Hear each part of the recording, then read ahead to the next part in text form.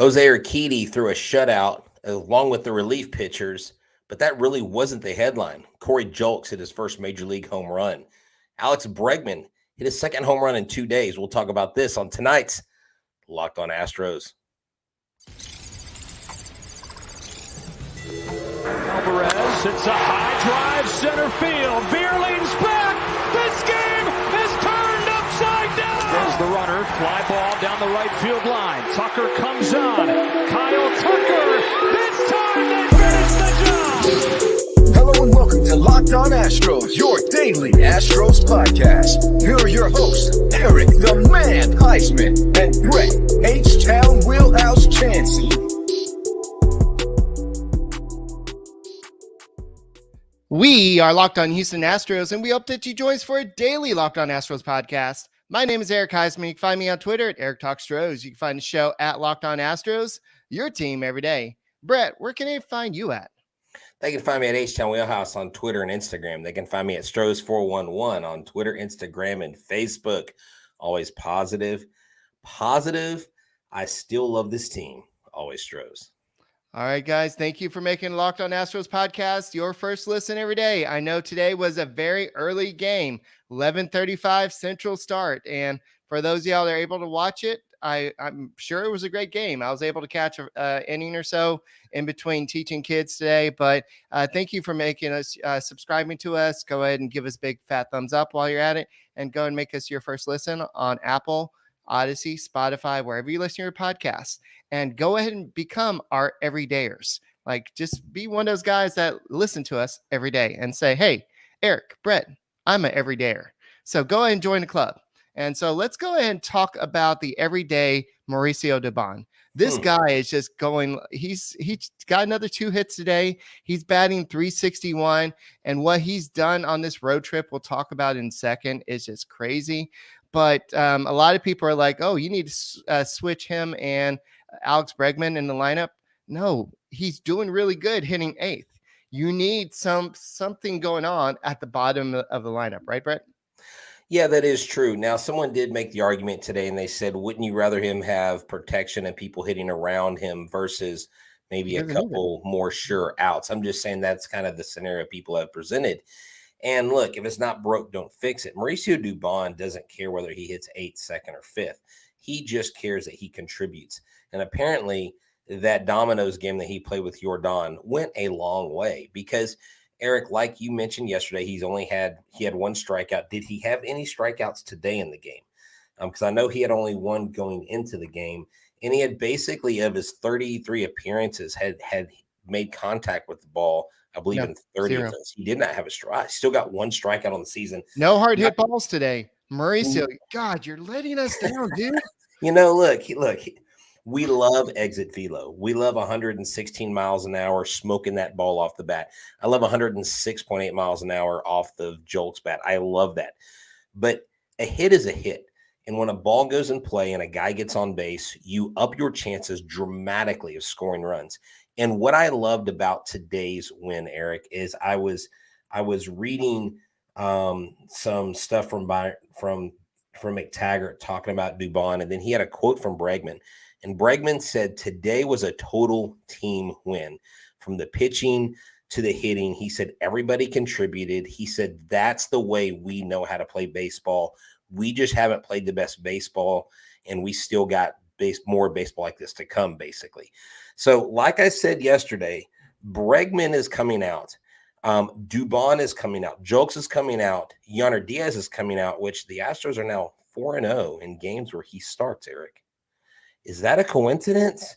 Is that a funny coincidence? Or does the young kid, do we need to, quote unquote, let the kids play? I kind of stole that line from my friend Ryan. But, I mean, there's a lot of really cool things to talk about with this game. Yeah, Mauricio Dubon on the road trip in 6 games. He's batting .476 with 10 hits, 6 runs, 3 doubles, 2 RBIs. This kid's on fire. He's making contact. It doesn't matter if he has lineup protection. See ball, hit ball. That's what Mauricio Dubon has become. Once he is got the regular playing time that he did not have last year, he's able to do what he was doing with the Giants when he was playing pretty much every day over there. So I think that you're seeing a different player here. Is he going to be a superstar for the Astros? No, but he's going to be a good person to cover for the Astros right now while Altuve's out. David Hensley is like, hey, I was supposed to be the starting second baseman, not anymore. And you saw him play DH today. And but if you're looking at Alex Bregman is about to get in this mode. Walk me, because I'm seeing the ball very good. Granted, yes, that was a 95 mile per hour fastball right down the middle that he hit out for a home run. But it was back-to-back days where he had a home run, where he hasn't had a home run in all the games before. It was 53 at-bats before he had his first extra base hit. He's starting to feel it. And so I don't think you move Alex Bregman out of hitting second until Michael Brantley comes back, which is still the beginning of May. Look, Alex Bregman, what did we say? He was early on the breaking pitches. He's been late on the fastballs. He's been under everything. He's been popping things up. He hasn't been barreling the ball. Now he's finally starting to do it. It was an in-sync thing. He was not in sync. And when Bregman swing, I don't know enough about the technical aspect of all the swing mechanics to really intelligibly talk about this. But the way he holds his bat, the way his elbows, like he almost has this flat plane, like you could put a plank across his elbows, right? And the way he holds his bat high, he looks like, because he's got a short, compact swing, if he's not in sync, if he's early, if he's late, it's going to drastically affect him, I think, more than it does other players, just because of the style of swinger that he is at the plate. And it's great to see, because Bregman knows what he's paid to do. Bregman knows that he's there to hit for average. He's there to get on base. He's there to hit home runs. I mean, he is one of the best defensive third basemen in the league, and he does that game in and game out. So to have him starting to catch fire, I think, is a huge thing for this team, because look, we're 6-7. Last year we were 6-7, and we had Altuve, we had Verlander, we had these guys that are not a part of the team now for injury, or they're gone. And I know someone said, quit talking about Verlander, your broken record, on the comments on the channel. But the reason why we talk about it is because he was a big part of what we did last year. But without those guys in the lineup, without Brantley in the lineup, they're still 6-7 like they were last year. So really things aren't all that bad. Okay. Right. The only, I guess, bad thing I don't like about this year is that the only 2 wins Detroit has are against us. That's the only thing I don't like about this season so far. All right. And so another thing about the switching Doobie and Bregman this is not a great idea anyway, but you're looking at what Baker did with Jeremy Pena and McCormick. Jeremy Pena is still a young player. He wasn't performing. He's not an established player like Alex Bregman. You know what Bregman's going to do eventually. He may not be doing it now, but it will send a message if you go ahead and knock him down for Mauricio Dubon. And as good as he's doing right now, he's not the power threat that Bregman is. He's not that type of player. Now, when Brantley comes back, when Brantley comes back, then he can go back down to third or something like that. But you don't put Bregman all the way down to 6. I mean, you may put him down to third, but you don't switch them in the batting order and have Bregman bat 8th. That's silly. That's a total silly idea. So, I mean, if anything, you move Mauricio Dubon to hit second. This is distracting. Can you move? But Mauricio Dubon wanted to let us know that he appreciates the support, that he loves being on the show. He loves being the topic of conversation. For those how can you not love that? There's a huge image of Mauricio Dubon in my face right now. How can you not love that face? I'm sorry I had to do that. I love this team. Again, come on, dude. Is that better? Yeah, now I'm going to have to edit the crap out of this audio, but it's okay. Look, at the end of the day, we need everybody contributing. Corey Julks today, monster shot to left field. Just a no-doubter off the bat. This kid, Eric, right here, this guy, look at this. Look at that smile. Local kid from Clearbrook High School, University of Houston, and making waves. He's high-fiving Dusty Baker so hard that his hand was still ringing after the game. I mean, this kid plays with excitement. And one of the things I liked about him is things that Alex Bregman said about him, but I don't want to talk about that right now, because what I do want to talk about is I want to talk about eBay Motors, Eric. This is a really important sponsor for me to get the word out there. So for a championship team like the Houston Astros, it's all about making sure every player is a perfect fit. It's the same when it comes to your vehicle. Every part needs to fit just right. I mean, maybe you need a Mauricio Dubon for your truck, or maybe you need a Corey Julks for your Volkswagen Bug, whatever you have. So the next time you need parts and accessories, head to eBay Motors. Or we all know that James and Mike and them, y'all drive Fords, right? Well, with eBay Guaranteed Fit, you can be sure every part you need fits right the first time around. Just add your ride to my garage. Look for the green check to know the part will fit, or your money back. Because just like in sports, confidence is the name of the game when you shop on eBay Motors. And with over 122 million parts to choose from, you'll be back in the game in no time. After all, it's easy to bring home a win when the right parts are guaranteed. Get the right parts that fit right and the right prices on ebaymotors.com. Let's ride. Eligible items only. Exclusions apply. Yeah, Corey Julks just like knocked the crap out of the ball. And the fact that the Pittsburgh fan actually threw the ball back. And so he actually got the ball back, but it went onto the concourse. That was a massive home run, and it was just beautiful. And I believe it was, I have StatCast. Let me pull that up real quick. But I think it was, let me pull it up, but it was, I believe it's 106.8 miles an hour off the bat, wasn't it? Yeah, and it was 405 feet, and Bregman's was 395 feet. Okay. And then Abreu. Everybody, I saw an article on FanSided that the Astros wasted 3 years on Jose Abreu because he hasn't done much so far. And granted, he's leading the Astros in hits. Mm-hmm. Granted, most of them are singles, and yeah, he only has 4 RBIs. He doesn't have a home run yet. We haven't seen the Jose Abreu we hoped we would be seeing. But to call him a bust so early, I think that's a little premature. I think you got to give him a little bit of time. It's only, what game are we on? 13? So yeah, you got to give him a little bit more time. And he has the most at bats on the squad. Yeah, you could look at that. But he did have a 360-foot double today. And Brian Abreu, I mean, I just have to say this, 100.8 miles per hour to strike out Andrew McCutchen today. Yeah. And he's one of 7 Astros in the past, I forgot how many years, but I think it's like in history since StatCast to throw 100 miles per hour.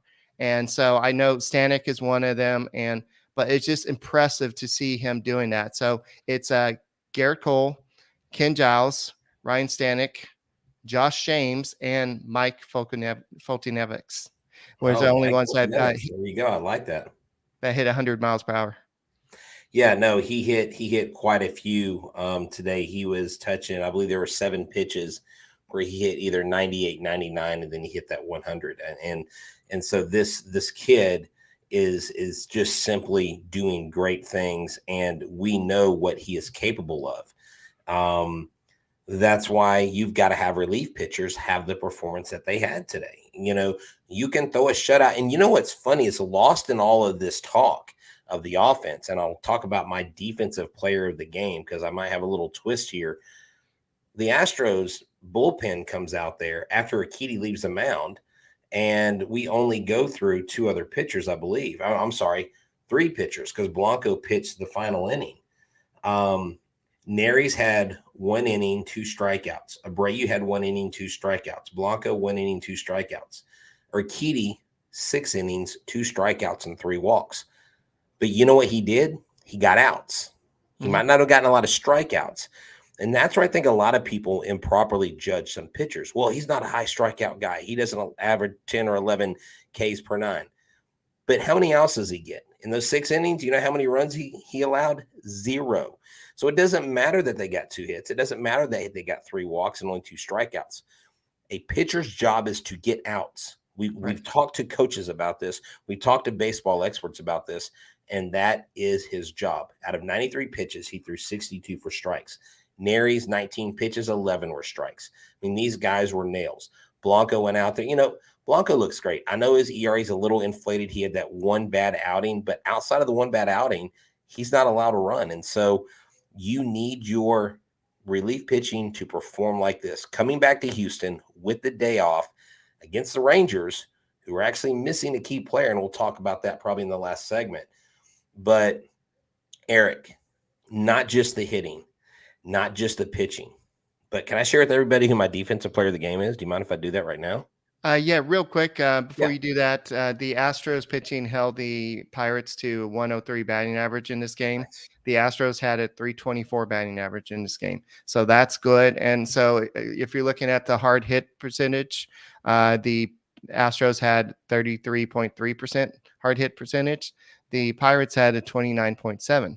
But the Astros did more damage with theirs. And so it was an overall game, great game. And Urquidy has looked surprisingly great so far this year. I know in spring training and the World Baseball Classic, he didn't look so good.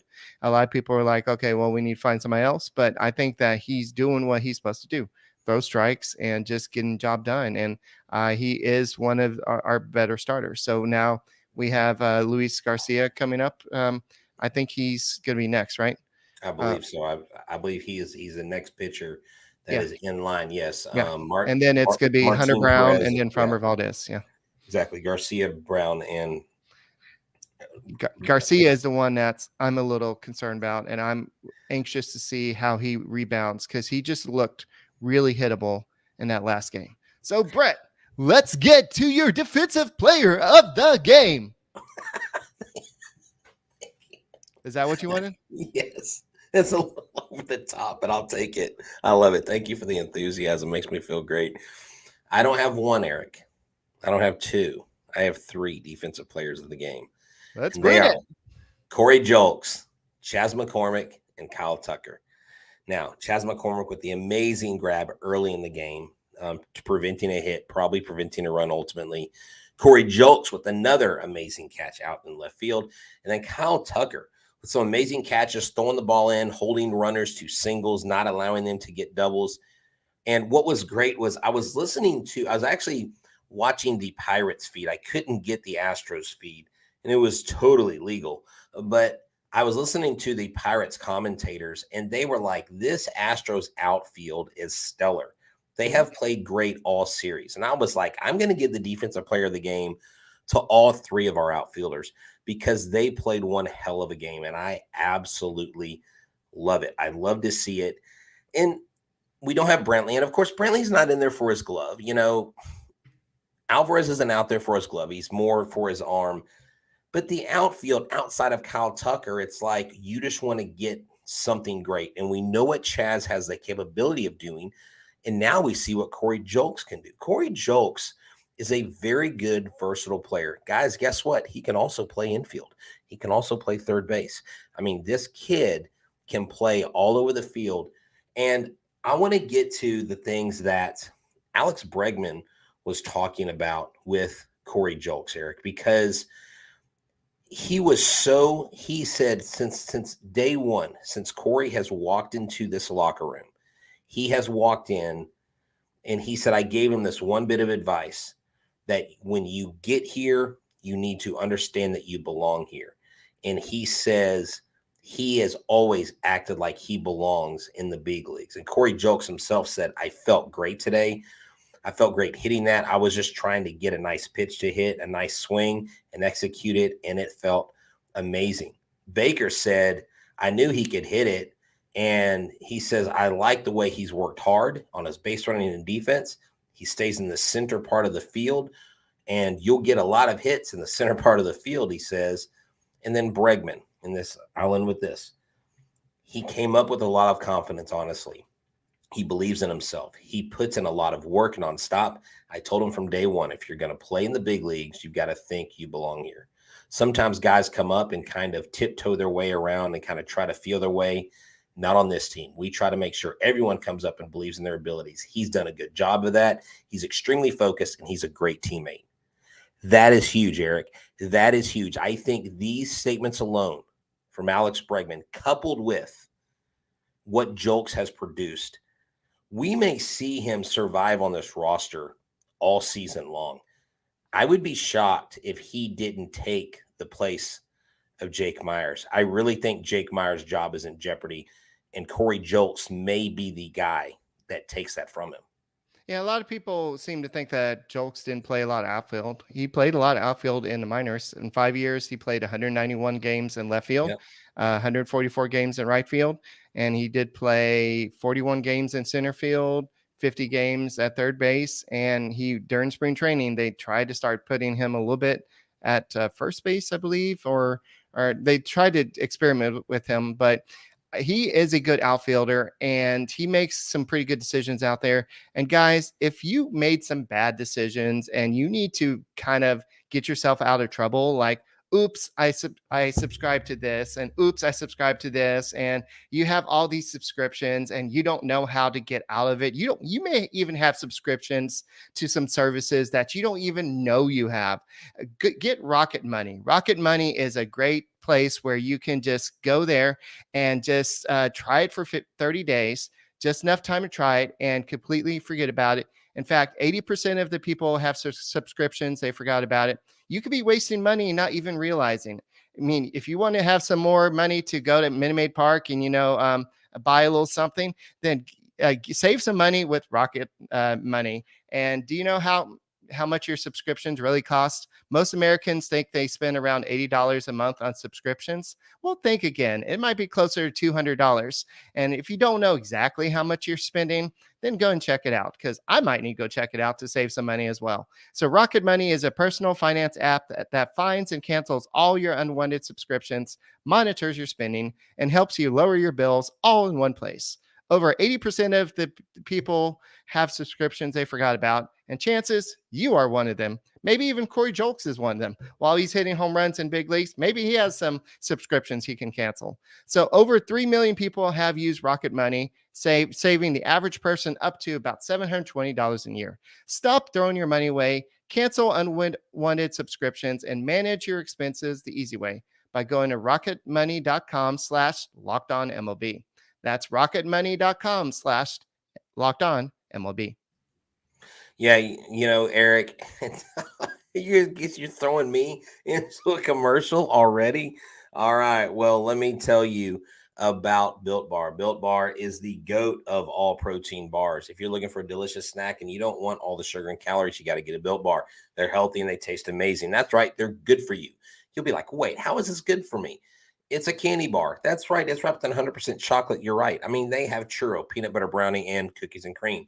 I'm not sure how they do it, but they do it every time they make one. Only 130 calories, 4 grams of sugar, and a whopping 17 grams of protein. You don't need to wait for your box. For years, we've been talking about Built Bars and Built.com, but now you can get them at your local Walmart or Sam's Club, while you can get them in the specialty flavors still that you want at Built.com. You can instead drive to Walmart, go to the pharmacy section, and grab yourself a box of Built Bars. You can pick up a 4-bar box of cookies and cream, double chocolate bar, and coconut puff. And if you're close to Sam's Club, run in and grab a 13-bar box with our hit flavors, brownie batter puff and churro puff. You can thank me later. Built.com. Go there, check it out, or go to your Walmart and Sam's today. You won't be sorry. Now, Eric. Yes. Before that, because I was about to go into something I don't want to get missed in all of the fanfare of this game. Okay. Forrest Whitley today. Listen to this. As reported by Astros Future. What is the matter with you? 4 innings pitched. Okay. 1 hit. 0 runs. What are you doing? I'm giving a stat line here, sir. Can you stop? I put Dubon's face on while you're doing the read for 2 seconds. Oh, geez. Okay. I didn't even see it. See, I was reading the. Okay. Give your stat line, sir. Thank you, Eric. Forrest Whitley's day was dominant. 4 innings pitched, 1 hit, 0 runs, 2 balls, 2 got me all thrown off, 2 walks, and 7 strikeouts. Up to 97.4 miles per hour with the sinker and 95.4 miles per hour with the slider. Dude looked great today.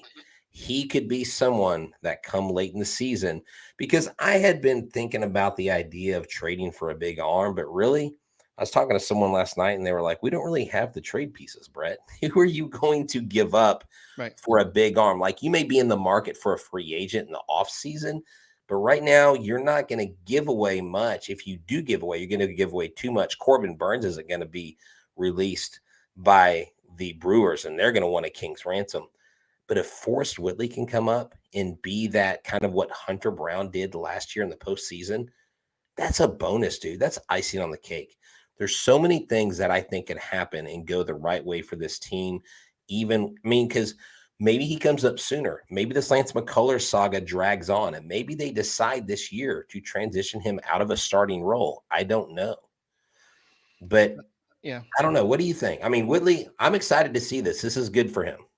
Well, he seemed like he had a little bit more confidence in spring training this year, and he seemed like he was more in control with his pitches. And I think overall, he knows that it's really his time to shine. He's out of minor league options after this year, and so the Astros have to really decide what to do with him. And if he does come up, they do have to keep him up. So I think that the Astros know that his time is coming. He is not a washed-up prospect. He has not been a washed-up prospect. He's been a troubled prospect. He's been somebody that has been the puppy that lost his way, and now that puppy has found his way, as Adam Sandler would say. Make him into a puppy. Come on, man. He's not so frail. He's not that frail. No, it's from Billy Madison. I know. No. I'm giving you a hard time. But I think that, yes, will he be a starter this year? There's always a need for another starting pitcher. I think Lance McCullers will come back. I think he'll be determined enough to come back. So I don't doubt that at all. But you'll always need somebody. Somebody will go into IL. You'll need to skip like a start for maybe Hunter Brown every once in a while just to save some innings for October. Because if he's as dominant as he was the other day, you want to save some innings for October. That's all I'm have to say. Yeah, you will. And someone's asking, do we think McCullers will get traded? I just don't know what value he holds with his injury history and how much you still owe him in his contract. I don't think he is a trade piece. Who? Whitley? No. Lance McCullers. Oh yeah. That would not. I don't think. Well, no, Dorothy was just asking. She said, do y'all think McCullers will get traded? I do not think he'll get traded, to answer your question. Yeah. I don't think he is, because of what he has owed to him on his contract. And again, not being able to stay healthy year in and year out. Because if he wasn't riddled with health issues, and if he was on this roster, you're not going to trade him because he's an asset. So he doesn't really have that kind of, I think, value when it comes to the open market or trade market. I don't know that they're going to trade. I think they're going to depend on what they have in-house. Eric, the Astros have now scored 30 runs in innings 7, 8, 9, and further. They've also given up 22 runs in those innings. So while they're scoring a lot, they're giving up a lot. And you hope you have more performances like today, like when Hunter Brown pitched, in their wins, where the relief pitchers don't give up as many runs. Because if you can score more runs than your opponents late in the game, but you can start limiting those runs, you're going to see wins happen more often than losses. And I like that. I like our chances against big ball clubs. If you can hold them and you can score late, then it's our ball game any game we play. All right. I want to give you some stats from Michael Schwab, and we'll just call this the other side of the story. And this is stats from 2022 and 2023. Runs scored, 2022, 44. 2023, 66. So we outscored through this many games last year. Last year, we allowed 52 runs. This year, we allowed one more at 53. Last year, the team batting average was 200 at this time. Were we freaking out at that time? Maybe. I don't remember exactly. This year, the team's batting average is 256. Last year, the team had 14 home runs at this time. This year, the team has 14 home runs. So we're not that far off from last year, the team that won the World Series. The one common difference here, guys, Jose Altuve is not in the lineup. That's why everybody's freaking out. And we're still 6-7. We have the same record as last year. So, like, what are we really talking about here in the worry or the concern? I had talked to Michael Schwab today about some other things because Kyle Farmer got hit in the face by a pitch today. It was a violent shot to the face. And so I went on Twitter and I opined this question to the Puckett's Pond. I think I'm assuming that's a Twins podcast. I said, I'm not sure this is what's going on, but could the new pitch clock be the actual disaster that's forcing pitchers to not be fully prepared more often? Could this be why guys are getting hit with balls near the head more often than they used to be? And so I put out the numbers. 5 players have been hit 3 times, 21 players twice, 73 players won. And then people said, hey, here are the numbers. And Schwab came through. He said, actually, through 13 games in 2022, there were 174 hit by pitches. In 2023, only 130. So I still think that the high number of batters being hit has more to do with the sticky stuff. But I thought honestly that this year it just seemed to be more frequent. Now, I don't know about headshots or balls coming close to batters' chins or hitting them in the helmet, but I was surprised to see that last year's hit by pitches were higher by 40-something, 30-something than this year. So we do know this. And I talked to a guy that is a friend of mine, played at Rice. He was drafted by the Blue Jays. He said, every year Major League Baseball changes the ball. If they want more home runs, if they want less home runs, they wind it tighter, they wind it looser. They put air in it, they take air out of it. He said they jostle with the baseball every single year. He said, I promise you. He said, I played 4 pro years and the baseball was never the same. It never felt the same year in and year out. And it was almost like you were having to readjust. And he goes, the pitchers that can do it year in and year out and go out there, he said, those are the real heroes, because I don't know how you can do that. He said sometimes the texture feels different, and all that stuff. And so, look, more people aren't being hit this year. I really thought they were. Right. Yeah. So I think that what's happening is if they're rushing, they may be losing control. I think we saw that Christian Javier, his tempo just seemed a little bit off the other day. So I think the pitchers will adjust. I'm not worried about it long term, but I think it was good. So I'll give World Traveler what she wants as we exit. So this show was sponsored by Mauricio Dubon. And so anyway, that's all we got for this edition of the Locked On Astros podcast. My name is Eric Huysman. You can find Brett at H-Town Wheelhouse, and you can find Mauricio Dubon on Twitter somewhere. I don't know what his username is, but we will be back tomorrow. We'll be looking more at the Rangers series, but there's some, I don't want to say good news, but there's some news about the Rangers. Corey Seager is going to be out for 4 weeks. That it really is annoying. I can't do it. He's going to be out for 4 weeks. And so I just think that it's sad to see if you're going to play the Rangers, you want to face the best players, but at the same time, I don't want to face the best players. I don't like the Rangers. I don't like people being injured, but you know what? Hey, it's part of the game. Sorry. He's out. I hope we take over first place. And you know what? Jose Lopez, thank you for showing up to the show for the first time. We're your team every day. Thank you, everydayers. And we will see you tomorrow, and go Astros. I'm the Dubon Fan Club president.